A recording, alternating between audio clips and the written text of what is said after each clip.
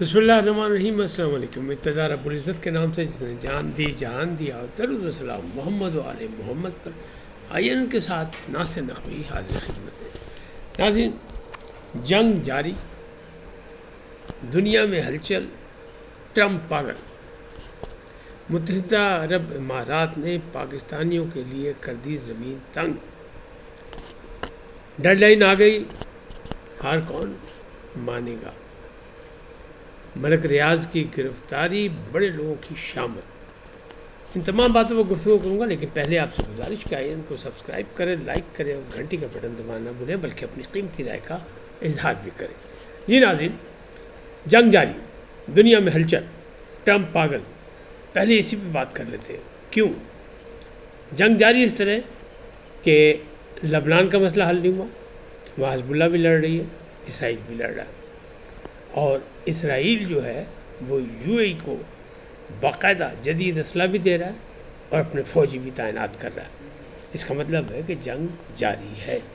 حالانکہ جنگ بندی موجود ہے، اور جنگ بندی ابھی ختم نہیں ہوئی، بلکہ اس کی آواز جو ہے امریکہ سے بھی آ رہی ہے کہ جنگ بندی ہے۔ لیکن جنگ جاری کیسے ہے کہ دنیا میں ہلچل مچی ہوئی ہے کہ معاشی صورتحال 120 کے قریب پہنچ گیا تیل فی بیرل، تو جنگ تو جاری ہوئی، کہ پریشانی ہر طرف ہے، لڑائی، جنگ کا اثرات بھی موجود ہیں۔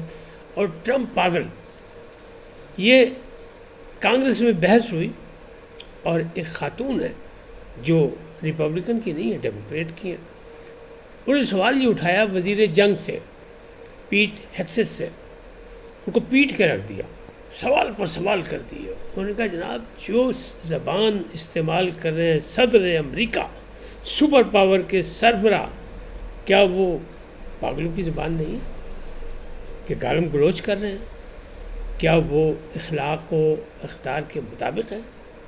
پھر انہوں نے کہا صدر یہ بات کر رہے ہیں کہ ہم برسوں کی تہذیب ختم کر دیں گے، کیا یہ دیوانوں کی باتیں نہیں ہیں؟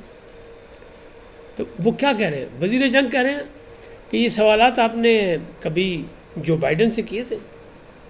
انہوں نے کہا نہیں، صدر ٹرمپ ہیں اس وقت کے صدر نے جنگ چھیڑی ہے، اور غیر فطری جنگ چھیڑی ہے، غیر مقبول جنگ چھیڑی ہے، پوری دنیا اس جنگ کی لپیٹ میں ہے، تو سوال بھی ہم آپ سے کریں گے، آپ وزیر جنگ ہیں۔ انہوں نے کہا یہ سوال آپ نے ان سے کیوں نہیں کہا؟ انہوں نے کہا پھر میں عیسائی ہوں۔ اس خاتون نے کہا، جس خاتون نے سوال کیے، اس خاتون نے کہا کہ میں عیسائی ہوں۔ صدر ٹرمپ اپنے آپ کو حضرت عیسیٰ ثابت کرنے کی کوشش کر رہے ہیں، وہ پوپ کی احترام نہیں کر رہے، بلکہ ان کے خلاف باتیں کر رہے ہیں، جس سے پوری عیسائی برادری دنیا بھر کی جو ہے اسے دکھ پہنچا ہے، تکلیف ہوئی ہے۔ تو کیا یہ پاگلوں والی باتیں نہیں ہیں؟ تو جناب پیٹ ہیکسس جو ہے وہ ایسے پٹے، ایسی چھتر پولا ہوا جناب کہ مت پوچھو، چھتر پریڈ ہو گئی، اور ان کے پاس کوئی جواب نہیں تھا۔ لیکن معاملات یہی ہیں کہ 2 ماہ گزر چکے ہیں، 28 فروری کو جنگ شروع ہوئی، 28 اپریل کو 2 ماہ ہو گئے۔ صدر ٹرمپ نے آئین اور قانون کے مطابق، جو 1973 کے آئین میں مطلب ان کو ملا تھا، قانونی آرٹیکل کے تحت اجازت ملی تھی صدر کو، کہ صدر چونکہ چیف ہے اور جنگ کے اختیارات اس کے پاس ہے، تو وہ 60 دن کی جنگ یعنی اپنا آرڈر دے سکتا ہے اور لڑ سکتا ہے۔ اب وہ 60 دن ہو گئے ختم۔ میں نے پہلے بھی کہا تھا، اب بھی کہہ رہا ہوں کہ اس کو واپس کانگریس میں جانا پڑے گا، اور وہاں سے اجازت لینی پڑے گی، بلکہ خالی صرف اجازت نہیں لینی پڑے گی، انہیں بتانا پڑے گا کہ جنگ ضروری کیوں ہے۔ جبکہ امریکہ پورا یہ کہہ رہا ہے کہ یہ غیر مقبول جنگ ہے، یہ ہماری جنگ نہیں ہے، یہ اسرائیل کی جنگ ہے، اس میں امریکہ کو پھنسایا گیا ہے۔ تو پھر جنگ تو جاری ہوئی نا، کیونکہ ابھی معاملات سیدھے نہیں ہوئے، معاہدہ نہیں ہوا۔ لیکن ایک اعلیٰ عہدیداروں نے کہا جنگ تو بند ہو چکی ہے، جنگ تو جاری ہی نہیں ہے، جنگ بندی ہو چکی ہے، اب تو صرف معاہدے کو آخری شکل دینی ہے، اور وہ کسی وقت بھی ہو سکتا ہے، لہٰذا کوئی ضرورت نہیں ہے کہ وہ جنگ بند ہو چکی ہے۔ لیکن حقیقت میں یہی ہے کہ 60 دن پورے ہو چکے ہیں۔ پہلے بھی صدر ٹرمپ نے اجازت نہیں لی تھی، جذباتی ہو کے جنگ کا اعلان کر دیا، اور اب بھی اجازت لینے کے لیے وہ جانے کو تیار نہیں کانگریس میں، کیونکہ وہاں جا کے ان کی خاصی مخالفت ہوگی، اور 1 ماہ کی توسیع وہ کر سکتے ہیں اس کے تحت کانگریس کے ذریعے۔ میں نے پہلے بھی کہا تھا، ابھی تک نہیں ہوا۔ کیا کہ ان کے اختیارات بطور صدر، اختیارات واپس لینے کے لیے 6ٹھی بار قرارداد پیش کی گئی، سینٹ میں یعنی کانگریس میں، تو وہ پھر ریجیکٹ ہو گئی، یعنی ابھی ظاہر ان کی اکثریت ہے لیکن جو فرق ہے وہ کم ہوتا جا رہا ہے۔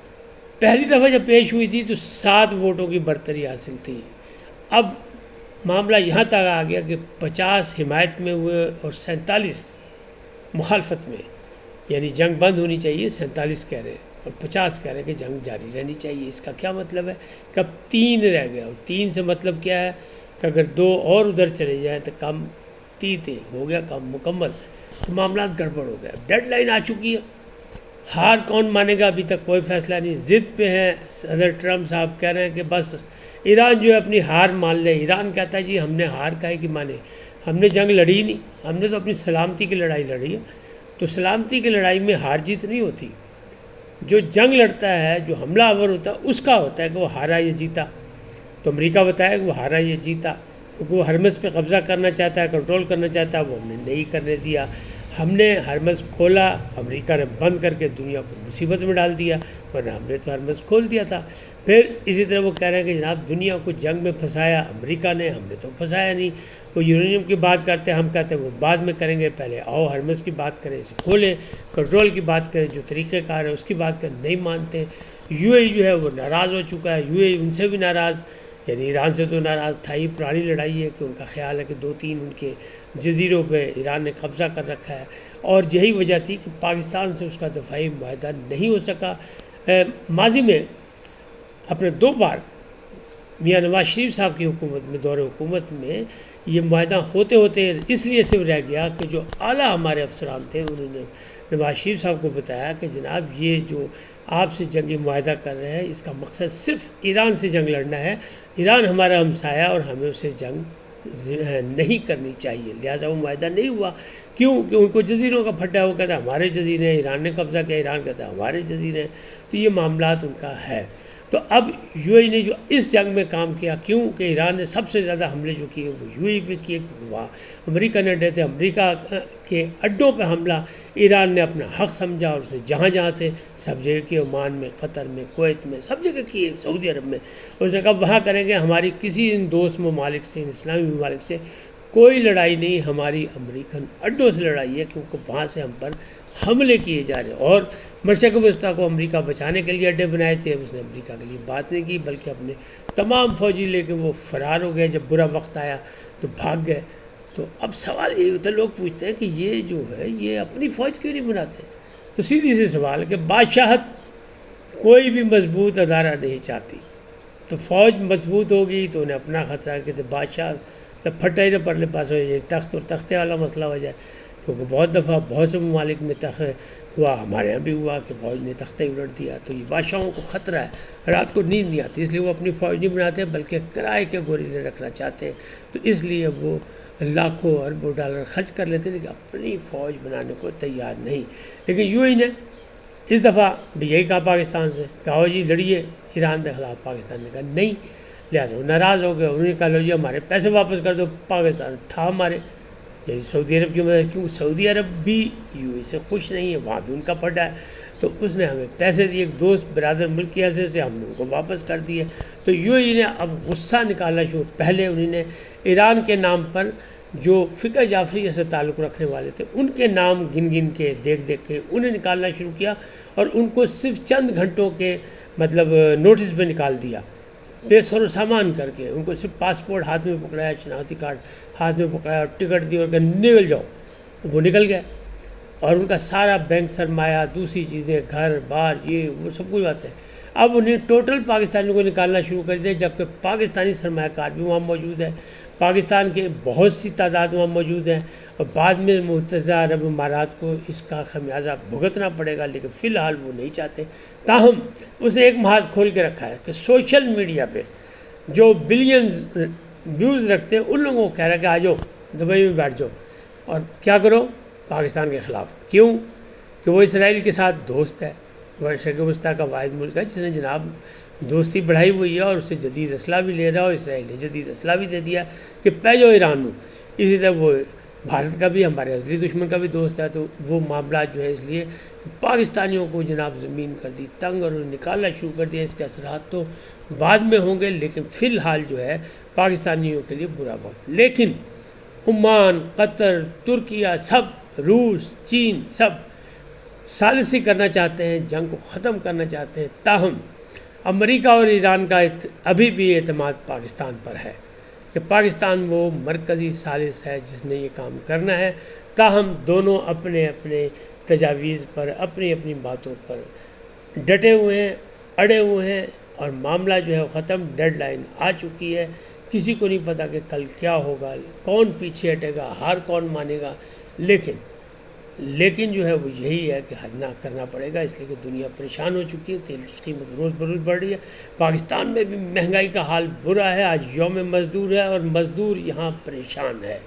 بات مزدوری کی کرتے ہیں. یہاں باقاعدہ کم از کم تنخواہ بھی مقرر ہر دفعہ کی جاتی ہے، ہر بجٹ میں کی جاتی ہے، لیکن اسے ملتی نہیں ہے. تو بندہ مزدور کی اوقات یہاں بڑی تلخ ہے، بڑے معاملات گڑبڑ ہیں. لیکن اس کے باوجود ساری دنیا میں بھی یہی حال ہے. شکاگو، امریکہ، جہاں سے یہ بات شروع ہوئی تھی، وہاں بھی یہ معاملات اسی طرح چل رہے ہیں کہ جناب ٹھیکیداری سسٹم چل رہا ہے اور مزدور جو ہے وہ پریشان ہے. پھر اب مہنگائی، پھر اس جنگ نے جو مہنگائی پیدا کر دی پوری دنیا میں اور جو مسائل پیدا کر دیے وہ بھی سب کے سامنے. اب آتے ہیں پاکستان کی خبر کی طرف. اسلام آباد میں شور ہے کہ ملک ریاض کی گرفتاری ہو گئی ہے. اگر نہیں ہوئی ہے، کنفرم نہیں ہے، اگر نہیں ہوئے تو ہو جائے گی. انٹرپول سے رابطہ ہے، انٹرپول نے ان کو پکڑنا ہے، اور جب بھی وہ یو ای سے نکلیں گے، جہاں بھی جائیں گے وہاں سے پکڑے جائیں گے. حالانکہ ان کے پاس کئی ممالک کی شہریت ہے.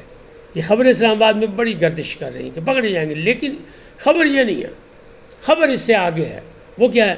خبر اس سے آگے یہ ہے کہ ملک ریاض نے صرف باندھنا ہے، پکڑنا کسی اور کو ہے. اور کہاں جا رہے ہیں؟ تانے مانے کہاں جا رہے ہیں؟ کھرا جو ڈھونڈا جا رہا ہے تو وہ یہ کہا جا رہا ہے کہ پیپلز پارٹی کے لیے آنے والا وقت جو ہے مشکل ہوگا، کیونکہ نہروں کا معاملہ جو تھا وہ اسٹیبلشمنٹ کو پسند نہیں آیا. جب انہوں نے انکار کر دیا تھا، نہریں نہیں بن سکیں جو پروگرام تھا، اور اس کو کیا. پھر 28ویں ترمیم، جس میں 18ویں ترمیم کے جو ہے وہ معاملات کو سیدھا کیا جائے گا، یعنی کم کیے جائیں گے صوبوں کے اختیارات. وہاں بھی پیپلز پارٹی اڑی ہوئی ہے، تو یہ معاملہ جائے گا پیپلز پارٹی کی طرف. اور صرف پیپلز پارٹی تک نہیں رہے گا، بلکہ اس کے سندھ کے کچھ وزراء بھی اس میں پھنسیں گے ملک ریاض کے ساتھ، جس میں شرجیل میمن کا نام سر فہرست ہے. اور خالی ان کا نام نہیں ہے، بلکہ کہا یہ جا رہا ہے کہ جناب یہ راستہ جو ہے یہ جاتا ہے صدر مملکت کی طرف. لیکن صدر مملکت کو آئین پاکستان کے تحت ہٹانا اتنا آسان کام نہیں جتنا لوگ سمجھ رہے ہیں. لیکن دباؤ تو بڑھایا جا سکتا ہے. تو کہا یہ جا رہا ہے کہ جناب یہ معاملہ جائے گا زرداری صاحب کی طرف، اور ان کو دباؤ میں لا کے 28ویں ترمیم کو منظور کرایا جائے گا، کیونکہ وہ اب وقت کی ضرورت ہے. صوبے مالدار ہیں، وفاق کمزور ہے، غریب ہے، لہذا اس کے معاملات کو بہتر کیا جائے گا. کیونکہ معاملات جو ہے اسے چلانے کے لیے IMF پہ اعتبار کرنا پڑتا ہے، یا اس کا خیال کرنا پڑتا ہے، یا اسے معاہدے کرنے پڑتے ہیں. تو صوبوں سے کچھ کٹوتیاں ہوں گی، جس کے لیے 18ویں ترمیم جو ہے بڑی مشکل سے پاکستان پیپلز پارٹی نے صوبوں کو خود مختاری دی تھی. کیوں کہ 1973 کے آئین میں یہ کہا گیا تھا کہ 10 سال کے بعد تمام صوبوں کو زیادہ سے زیادہ خود مختاری دی جائے گی، کچھ محکموں کے حوالے کر دیے جائیں گے. وہ بہت برسوں بعد کیے گئے، لیکن اس کے اثرات جب آئے تو وفاق ہو گیا کنگال، اور وفاق ہے پریشان. تو یہ تھی اس وقت کی خبر ہے کہ خالی ملک ریاض کی گرفتاری نہیں، بڑے لوگوں کے بیچ شامت آئے گی، آتی ہے یا نہیں. معاملات دباؤ کا ہے، صرف سیاسی معاملات ہے، 28ویں ترمیم کا ہے. لیکن میں نے بہت پہلے کہا تھا کہ 28ویں ترمیم منظور ہوگی، کیسے ہوگی، کس طرح ہوگی، یہ تو وقت بتائے گا. اس وقت تک اتنا ہی، پھر ملیں گے نئے موضوع کے ساتھ. جاتے جاتے آپ سے درخواست، آئیے ان کو سبسکرائب کریں، لائک کریں، گھنٹی کا بٹن دبانا بھولیں، اور اپنی قیمتی رائے کا اظہار اپنی شخصیت کے مطابق کریں. سدا سلامت رہیں. لیکن پہلے پاکستان زندہ باد، پاک افواج پائندہ باد، سدا سلامت رہیں. اللہ نگہبان.